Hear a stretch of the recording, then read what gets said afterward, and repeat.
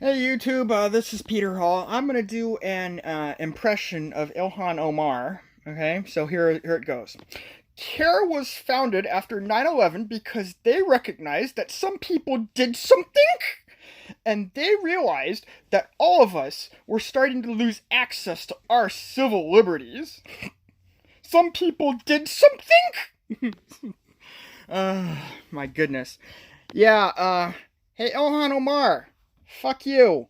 By the way, if Muslims get their way, then nobody will have civil liberties. Nobody will be allowed to criticize Allah or the Quran or say anything remotely negative about Islam. That's what you're doing. You are pushing for the implementation of Sharia law in your state of Minnesota, and you're pushing it for the implementation of Sharia law in America, and then your Muslim comrades across the pond, they're doing it in like the EU. They're doing it in Great Britain. They're doing it in Ireland. They're doing it in Germany, Sweden, Denmark. There's only like a few states, there are a few countries over in like Europe that are like successfully fighting back against the Muslim jihadi invasion, and that's what it is. It's a fucking invasion, and they're pushing back. Like the only states I know of so far that are like successfully pushing back against it are like Poland and Hungary, because they're absolutely refusing to kowtow to the EU's demands to allow massive immigration of Muslims from like the Middle East, from Africa, from wherever else. And then like a couple other nations are like attempting to push back, but they're gonna have it's gonna be an uphill slog for them because they've already let so many Muslims into the country, and those Muslims are making all these bullshit demands about how everything has to be halal. Like you can't have pork products, you can't sell alcohol.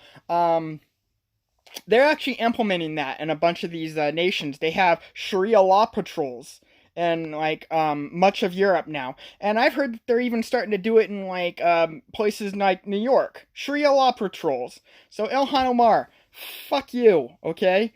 And then while you're claiming that like President Trump and people are like inciting violence against you just for criticizing you, I recognize that some people actually are threatening you. There was like, forgot the name of the guy, but there was like one guy who threatened to put a bullet in your skull. Now that is a legitimate threat of violence. Okay, I will give you that. That is a legitimate threat of violence. But you're claiming that anybody who just criticizes you for what you said about 9/11 is inciting violence against you, and that's not true. Fuck you. Fuck the Democrats. Fuck Antifa. And then like people have been talking about this for the past 2 days, but CBS, they did like and I did another video about this already. I even like have the video clip in that video. So far it's only gotten like one view, and that view was mine. But CBS did a video ad where like some black guy was like walking amidst a scene of chaos. There's like protesting, like violence, all kinds of property damage, etc. And he was like, "Is it okay to attack a Nazi unprovoked? I was always taught not to throw the first punch, never instigate, always defend but never attack. And then I saw this video of white nationalist Richard Spencer getting hit in the face during an interview, and I realized that Richard Spencer had on a nice pressed suit and tie, and he was being interviewed acting like his opinion mattered, like he should be part of the conversation, like neo-Nazism is just another political point of view." And then I realized that there's no better way to show that, to demonstrate that not all speech is equal. Some speech deserves a more visceral response. So, it's like Overton's window. It describes how, like, ideas are evaluated for public discourse. Well, Overton's window doesn't mean shit! if there's no enforcement. So yeah, this is our enforcement. It's time to go punch some Nazis. And they had this tweet. They deleted it, but they had this tweet where they said, here's the latest episode of The Good Fight. It's the one where some Nazis get punched. If this doesn't get you hooked on to this show, nothing will. Fuck you, CBS. Okay, you actually are inciting violence. You're inciting violence against people that, the SJW crowd, disagrees with and doesn't like. And according to you fucktards, anybody can be a fucking Nazi. Anybody, like, being against illegal immigration. Not even, like, legal immigration, but being if you support legal immigration but are against illegal immigration, according to the SJW fucktards, you're a fucking Nazi. If you're against transgenderism, if you believe, as I do, if you know, as I do, that there are only two genders, male and female, two sexes, if you believe, if you refuse to kowtow to transgenderism and say that there are more than, like, two genders and that it's possible for men and women to switch genders or to be non-gendered or whatever bullshit, you're a fucking Nazi now.